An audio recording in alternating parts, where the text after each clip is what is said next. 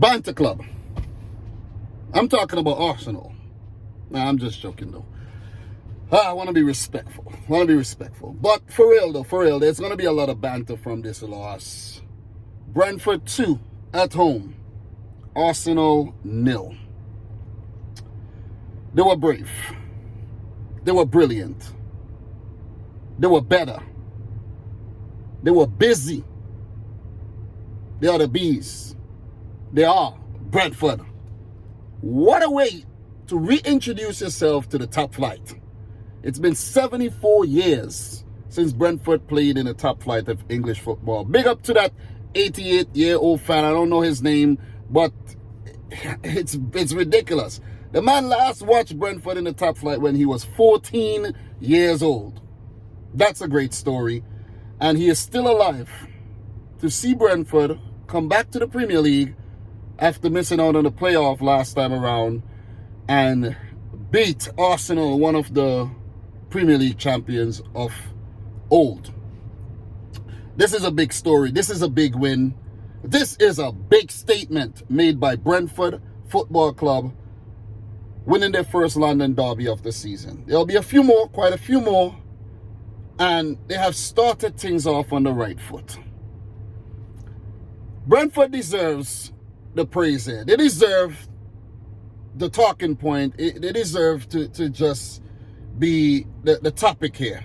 But the topic is going to be Arsenal. It is going to be more of Arsenal losing to Brentford than Brentford beating Arsenal, because we expect better from Arsenal. But guys, I'm telling you, when I saw that 11, I put out a tweet because I predicted Arsenal to win the game 2-1. Because it's Arsenal. And they have the better quality in the squad. And I expected better. But when I saw that 11, I was like, nah, Arsenal not winning this game. They're not winning this game. Balogun up top. Martinelli, Smith Rowe, Pepe. Right away, lacks experience. And we know what's been going on with Nicola Pepe. Has not really fulfilled his potential and justified that large price tag that Arsenal paid for him. Xhaka, debutant Sambi Lokanga in the holding positions. Tierney, Mari, debutant Ben White. Colum Chambers at right back. Bernd Leno, who has been rather lackluster at the back there. Look, it's not a very good Arsenal team. It is not a very good Arsenal team. And when you look at the 11, you're wondering, where's Lacazette? Where's Aubameyang? Where is the freaking quality? Saka on the bench. Bellerin on the bench. I think Bellerin is on the bench because he might be on his way out, so they didn't really want, maybe they don't want to risk an injury or something. But it is like, it's weird because you have a proper right back in Cedric, who I don't understand why he's at Arsenal in the first place. Why not play Cedric? Why are you playing players out of position? Why is Saka not starting? You see what I mean? Maybe he wasn't fully fit, but come on. If he's fit enough to come off the bench, start him and maybe take him off later. Mikel Arteta, you got a lot of questions to answer here. Because that was not very good football by Arsenal overall. They didn't look better in the second half. But Brentford, man, they took the game to the Gunners and they came out deserved winners. 22nd minute goal by Sergi Canos, former Liverpool man, former Barcelona trainee as well. He has been with Brentford for some time, did well last season, very fit, involved in most of Brentford games last season, if not all. And the thing is, when I talk about Arsenal's quality that I was expecting them to put out there on the field, they didn't have it. But what Brentford had was a cohesiveness and a team that has played with each other for a very, very long time. All last season, it's pretty much the same team with maybe one or two players coming in. This is a quality performance, and this is a big statement. This is a huge statement. But good goal by Sergi Canos, but Brian Bueno, he actually threatened before that, hit the post. And Brentford, they had a really good start to the game. That goal was all a comedy of just errors and just a mess by Arsenal in terms of the defending there. Colin Chambers, man, should have done better. At first, he should have maybe let the ball go out for a corner. Another corner that Arsenal did not defend well. Should have let it go out for another corner. And then his clearance fell straight to Ethan Pinnock, who, you got to give Pinnock the credit there. He definitely credited with that assist. Headed it nicely. Sergi Canos, he actually beat his man, Colin Chambers, who was standoffish, straight through his legs, and beat Leno at the near post. You cannot get beaten at your near post like that, Bernd Leno. I gotta say, Bernd Leno has been very, very, very suspect for Arsenal for quite some time now. 1-0. 1-0. Arsenal did get a few look-ins. I could remember Smith Rowe getting a shot off. But overall, I think Brentford defended very, very well. My phone's about to die there. So, yeah, weird that it came up and it just stopped everything in terms of what I'm seeing on the camera right now. But I got to get this out. I got to talk about this Brentford win, because this is a big statement. And when you look at their schedule, man, this is the most difficult game on paper that they have, I say, within their first 4 games or so that I'm going to get into pretty soon. But Arsenal, in attack, they looked very, very toothless. In defense, they were very inept. And Brentford played them off the park. But when you look at the players that Mikel Arteta chose to put out there, you could understand why this happened.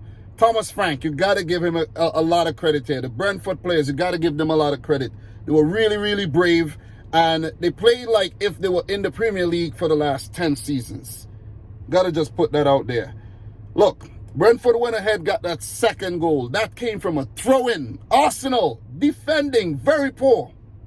A throw-in.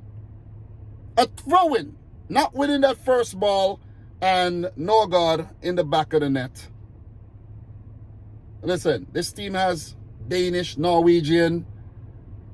It's going to be a difficult team to beat. These guys have a lot of heart. They show a lot of spirit. We saw what happened at the Euros with Denmark. And Thomas Frank is a Dane. So it's going to be very difficult to knock this team, Brentford, back down to the championship. Just got to put that out there right about now. But look, it was a very good performance. I got to give it to Brentford. They played as a team, played as a quality unit. And standout players for me, David Raya, the goalkeeper.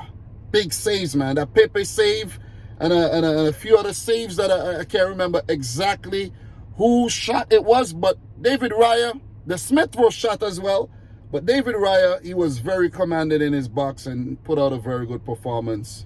Christopher Aya, sad to see him go off injured. Hope he's okay. That's the new man. They paid big money from Celtic for him.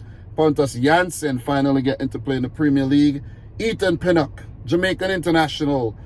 Look good. No nonsense type football by Brentford. You see what I'm saying? Like, when they have the ball in a certain area of the ball, the field, they don't play around and take 10 touches and try to dribble out. They knock it out. And that's what you need. Let's do the simple things right, and you're going to get the result like they did tonight. Rico Henry. Oh, man, this quality left wing back as well. And the midfield of Norgaard, Janelt, Onyeka, very solid. They didn't let Arsenal do their thing. And they were very, very resolute on the day. Mbeumo and Tony, they're a threat. Tony winning those first balls, helping out in defense with his height as well and his physicality. And Mbeumo, he has that swag, man. He has that swag, and he was very, very threatening. Should have scored maybe twice tonight, at least once. He really troubled the Arsenal defense. But overall, it was a quality performance. And I think the team that won deserved to win this game. Look at this Arsenal team. Look at this lineup. Light. And things are not going to get easy for Arsenal. They're not going to get easier. They were stung tonight by Brentford, and they play Chelsea next. Another London derby. This will be at home at the Emirates. Then they play West Brom, second round of the EFL Cup. They're going to rotate for that. But then they have Man City, the Premier League holders, away.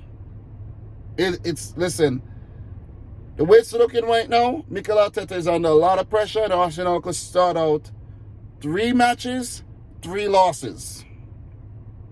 Sad to say, but it could be 9 available points, none picked up. But on the other side of the spectrum, Things do get easier after they play Man City, though. You have Norwich, they have Burnley, Tottenham. Ooh, that's not going to be easy. Brighton, Crystal Palace. So, you never... Listen, Mikel Arteta could be sacked very, very early if the board decides to say, listen, man, things are not going in the right direction. We got to make a change. We got to make a change. Thomas Frank and Brentford, this is the biggest game they had in their first couple matches, because next they play Crystal Palace, another London derby, then Forest Green Rovers in the EFL Cup, then Aston Villa, that'll be a good one, Brighton, Wolves, and then Liverpool. So let's say their first 5 Premier League matches, on paper, the Arsenal game was the most difficult. They got over the hurdle. And I think Brentford, if they manage to pick up about 4 wins in the first 5 games, which they can do, according to what we just saw, that'll be a nice platform to survive. You could pick up 12 points in the first 5 games. That'll be awesome for them, because we saw how Sheffield struggled last season. We saw how West Brom struggled. We saw how Fulham struggled. And picking up these 3 points could be the difference maker for the rest of the season. Arsenal, you got a lot of work to do. Maybe there'll be more transfers coming in. Maybe there'll be a few going out. Who knows what we'll see from Brentford. But what we saw tonight in terms of football on the field, brilliant. The fans, brilliant. Full capacity, brand new stadium, brilliant. Brilliant. I'm not going to apologize for predicting Arsenal to win. I expected it. But Brentford, you proved me wrong. Big up to all the Brentford fans watching this. You guys were good, and it's going to be a treat watching you in the Premier League this season. So, guys, these are just my quick thoughts. Ran outside. I have my 2-year-old son inside with some youngins. Got to run inside and tend to them. Just had to talk about this game. Arsenal, just a sad situation right now. Big up to my boy Thriller if you're watching this, but you guys are going to have a hell of a season. And I mean a hell of a season in a bad way. In a bad way. 8th 2 seasons in a row.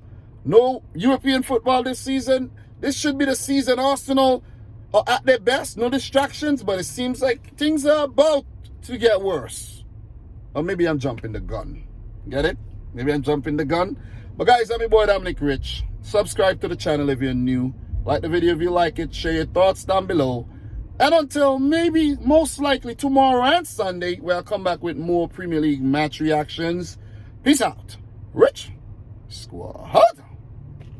Them Gunners, man. Banter FC. All season, it seems.